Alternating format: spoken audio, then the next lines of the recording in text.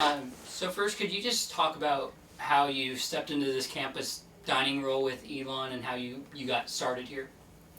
Sure. I'm actually the marketing coordinator for dining services here. I came from another Aramark based account in Virginia, and so this was a step up for me for marketing. But when I came on, they asked me to also do sustainability. So I'm actually the marketing coordinator, sustainability champion. So it's just one of the many hats that I wear. What was the rest of that? Just how you got started with Elon specifically. Were you from around here, and how did you get into this spot? They kind of found me.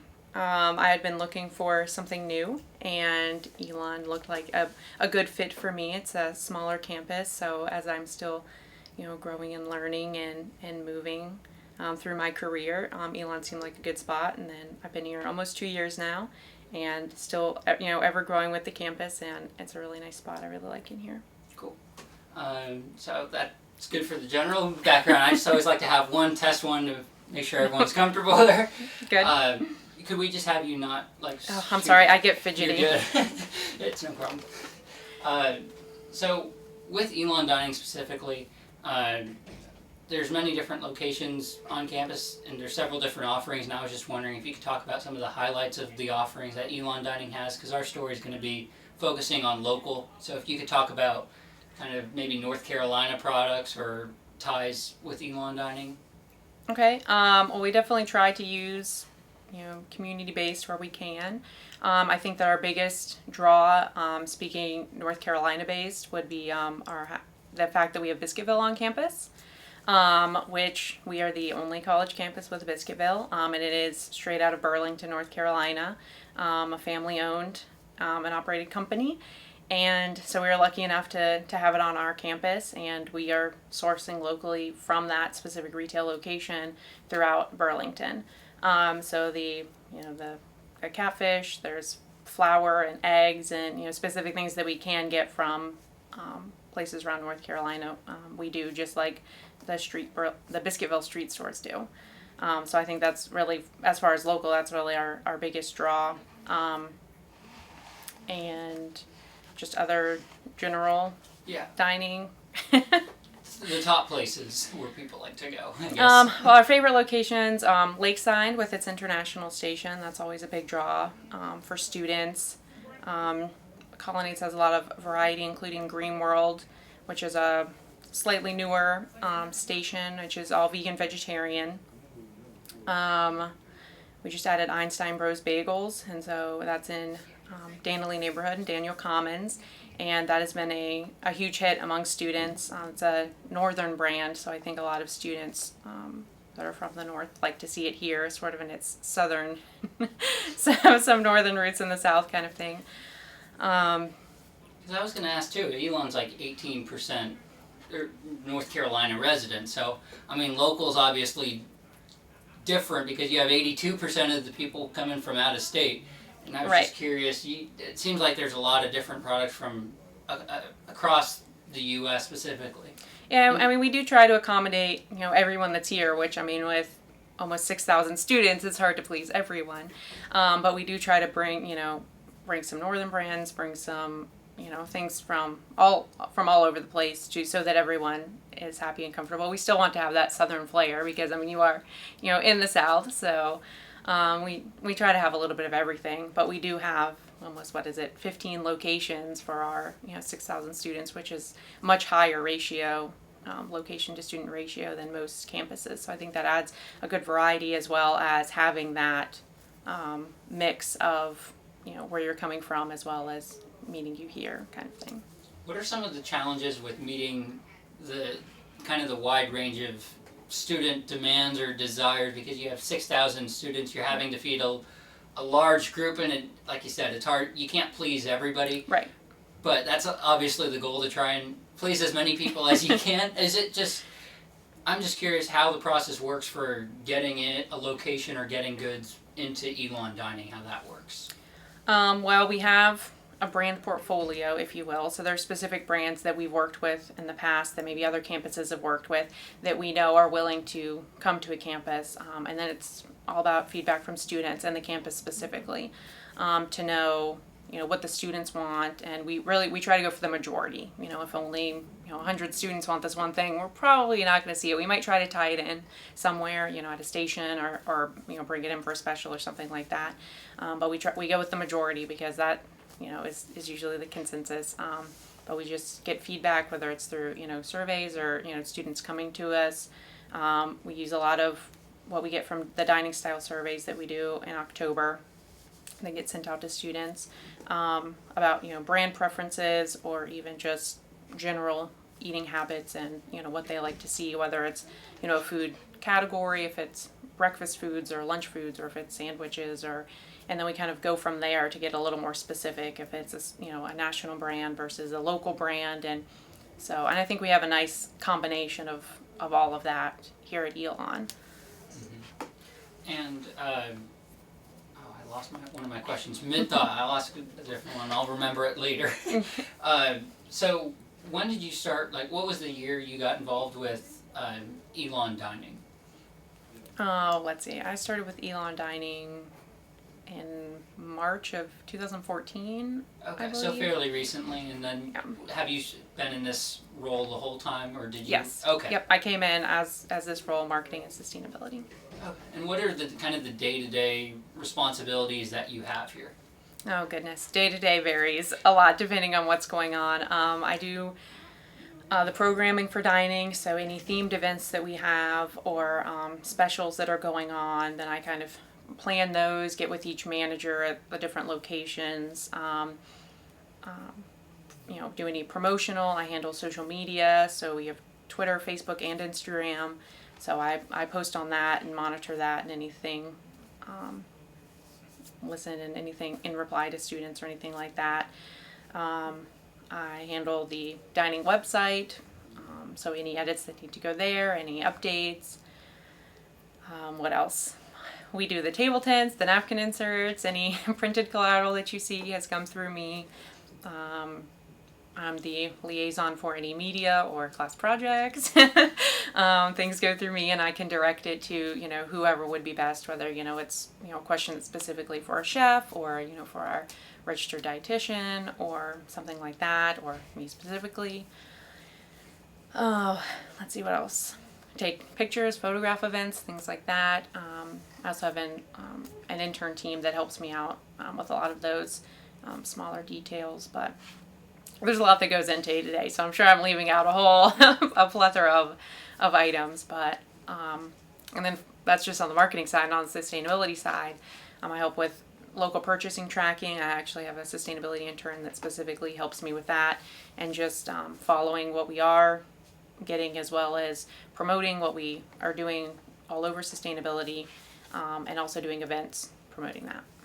What are some of the major events that you've been involved with over your time here? Because I know we've had the theme nights, right, especially up here in Colonnade. You had the casino night, I remember, yes, last year, and there's different themed events. What are some of the major kind of attractions to get students to come in more? Well, we obviously want, students to come in, but a lot of it is just to, have that a little something extra, because you're already coming here, and we know that it can get, boring, and if it's the same every day. And so we try to switch it up. So we'll do mini specials sometimes, where we try to do 2 per month at each residential location. So, that might be that we do a baked potato bar instead of, your fries that you've been seeing, too often, where we just, try to switch it up so that you're getting, something different, something a little more fun. We do a theme meal each month. This semester we've had Game of Thrones, Carnival, and Twisted Fairy Tales.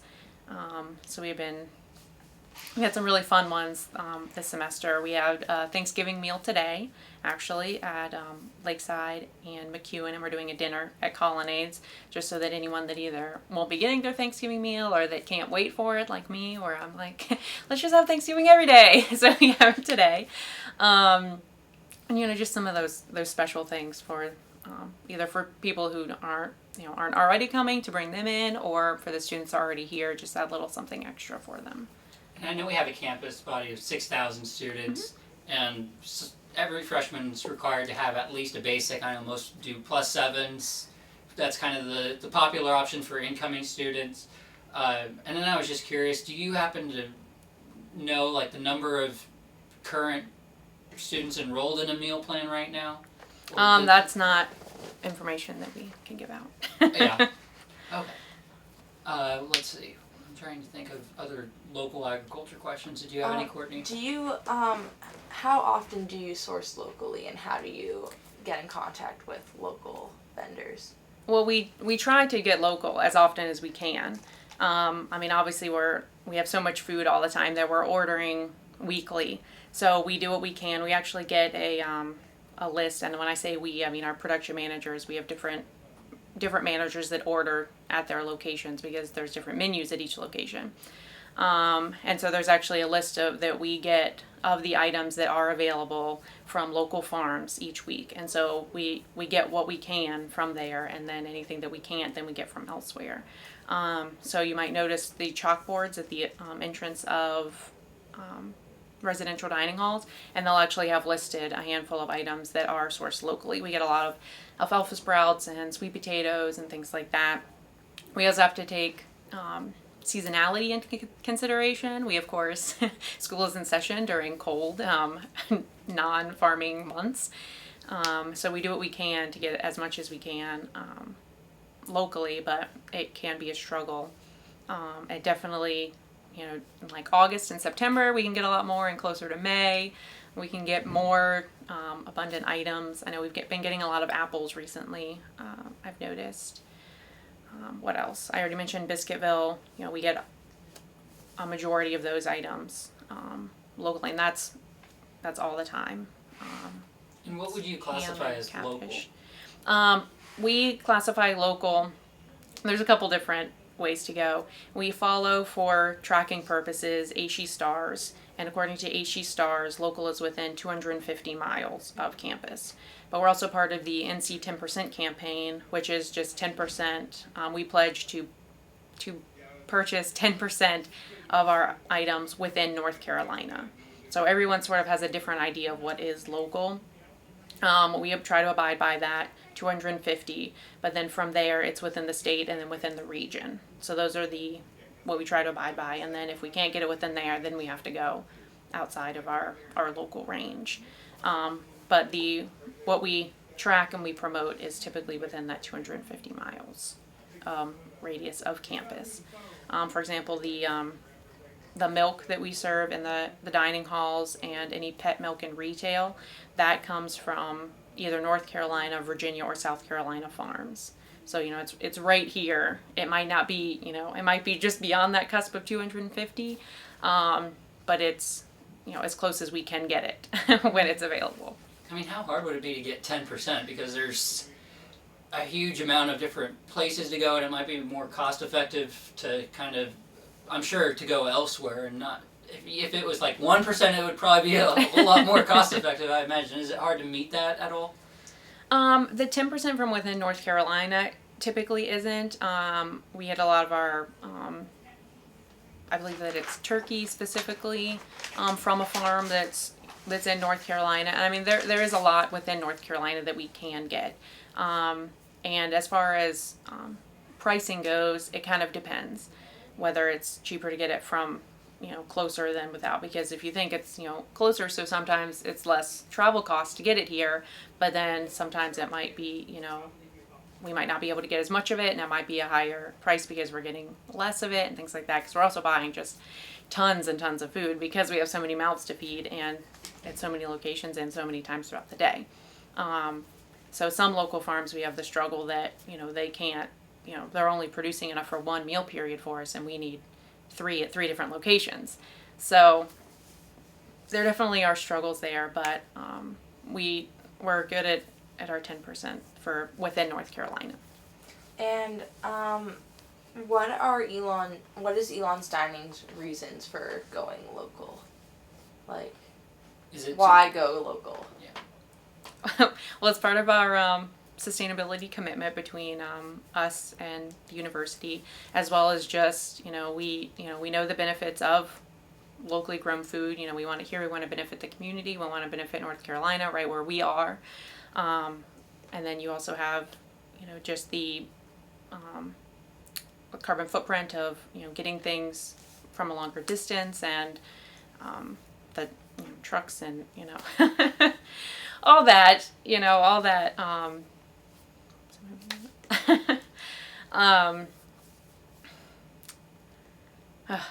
sorry, I'm just like, No as I worries. started talking about it. Just the general benefits of buying local, whether it is the trucks driving it here, or the buying it from the community members and all that.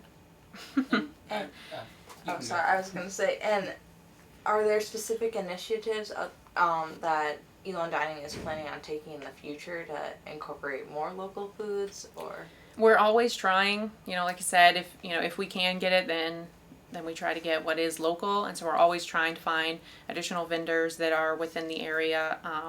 Some farms they have to have, because we're serving the food, then they have to abide by specific health and safety guidelines, and farms have different guidelines than we do in some areas, and so we have to make sure that what we're getting is safe for you all to eat.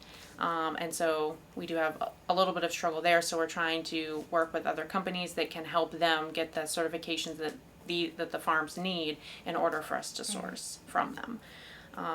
So we're in a constant motion of trying to do that. I know we're working really hard to try and get some additional or some produce from Loy Farms, which is almost as local as you can get.